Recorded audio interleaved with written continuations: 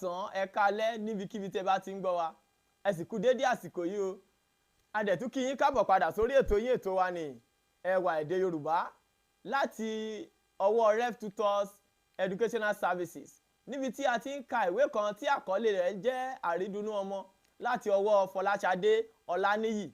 Ní bí ọ̀sẹ̀ mélòó kan sẹ́yìn báyìí a bẹ̀rẹ̀ ìwé yìí láti orí kìíní, orí kejì, orí kẹta ní ọ̀sẹ̀ tó kọjá, níbi tí a ti ṣe àlàyé bí ohun tí ó ṣe okùnfà ikú bàbá Adédoyin, tí a ti sọ wípé àti Adédoyin àti ìyá rẹ̀ nìkan ni ó wá kù nílé tí ò sí owó lọ́wọ́ wọn. A ti wá sọ ní ọ̀sẹ̀ tó kọjá bí bàbá Adédoyin nígbà tí ó kù díẹ̀ kí ó kú bí ó ṣe fi ẹni tí ó jí owó rẹ̀ kó tó ṣe fi ré. Ní ọ̀sẹ̀ yìí a fẹ́ tẹ̀síwájú nínú orí kẹrin nínú ìwé yìí, ẹ máa bá wa ká lọ. Arákùnrin kan bẹ ní ìlú Aláró, wèrè pọ́nbélé ni. Òun á máa kó àwọn ọmọdé jọ láti kọrin, ṣùgbọ́n bí inú bá ti bí a sì máa fi òkò lé wọn kiri. Bí wèrè orí rẹ̀ ṣe le tó, a máa mu ọtí àmupara, bẹ́ẹ̀ sì ni sìgá àti igbó kò tán ní ọ̀rọ̀ rẹ̀. Bí ẹlẹ́gbàá bá ti yó tán, ojú rẹ̀ á pọ́n kankan. Ìgbà mìíràn a sùn sílẹ̀, a sì máa tọ̀ sí ara. Ní ọ̀sán ọjọ́ kan, àrísáyá wèrè ti yó gẹ́gẹ́ bí ìṣe rẹ̀. Ó ń yìrá nílẹ̀. Àwọn ọmọdé tí ó ti ilé ìwé bọ̀ dúró láti wòran àrísáyá. Ìran àrísáyá ni Àbẹ̀kẹ́ ni ó ń wò láti ojú fèrèsé. Kò kúkú gbọdọ̀ jáde torí ó ń ṣe opó lọ́wọ́. Ó wòran títí ẹ̀rín fi bọ́ ní ẹnu rẹ̀. Ó ti gbàgbé ara. Ó ta gìrì nígbà tí ẹnìkan kan ilẹ̀kùn. Àbẹ̀kẹ́ dìde sí ilẹ̀kùn. Àyà rẹ̀ pa.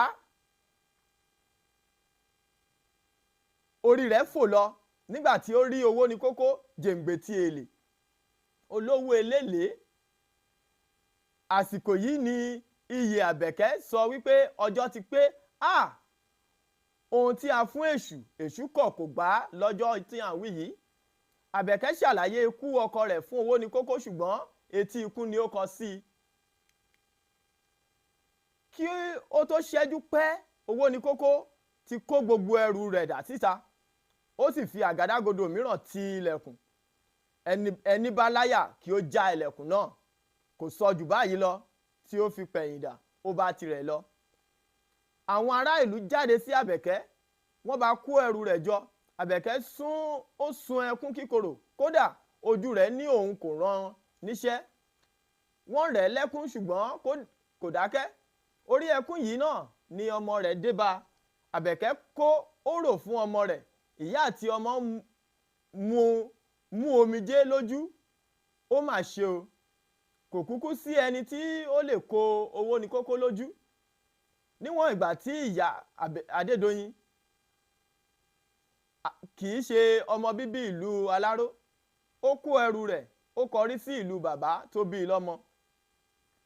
Ọmọ rẹ̀ kò lè tẹ̀lé torí ó ń ṣe ìdánwò àṣejáde ti oníwèé mẹ́wàá lọ́wọ́ ní àsìkò ìgbà náà.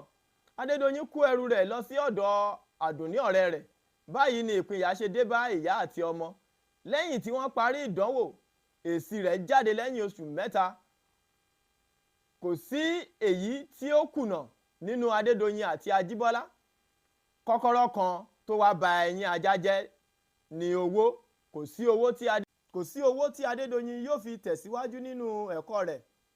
Towótowó nísìnyí máa ń ṣe wọ́n ní ti ẹ̀kọ́ gíga.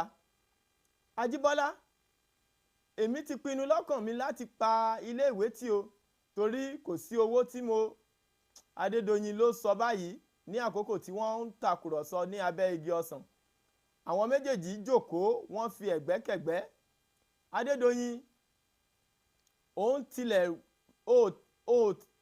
tilẹ̀ rò wípé o mọ bí o ṣe tó lọ́wọ́ mi pẹ̀lú gbogbo oore tí o ṣe fún mi. Mo fẹ́ kí o mọ̀ wípé bí ọkọ̀ Nóà bá padà wálẹ̀ kejì, tí mo sì ti wà nínú ọkọ̀ náà, tí ìwọ sì ń tiraka láti wọlé, bí kò bá sí àyè mọ́ nínú ọkọ̀ náà, n ó sọ̀kalẹ̀ nínú rẹ̀ kí ìwọ lè wọlé, torí èmi ò kọ̀ láti parun torí rẹ Àjíbọ́lá ló sọ báyìí.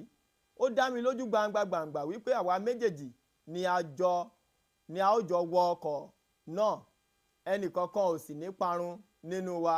Adédoyin rẹ́rìn músẹ́. Àjíbọ́lá wá iṣẹ́, ó wá iṣẹ́ ṣe. Òun máa ń ṣeṣẹ́ láàrin ọ̀sẹ̀, á sì lọ ilé ìwé ní òpin ọ̀sẹ̀. Nígbà tí Adédoyin kẹ́kọ̀ọ́ rẹ̀ láàrin ọ̀sẹ̀, bí ó tilẹ̀ jẹ́ wípé ìlú Èkó ni Adédoyin wà àti Àjíbọ́lá. Níbí ni a ó fi àdàgbà ètò yìí rọ̀ sí ní ọ̀sẹ̀ yìí. Orí kẹrin ni a ti kà yìí. Bó bá di ní ọ̀sẹ̀ tó ń bọ̀, nígbà tí a bá máa ka orí karùn-ún, a ó máa mọ bí ó ti ń lọ, bí a ṣe ń tẹ̀síwájú. Ó dàbọ̀, ká pàdé ayọ̀.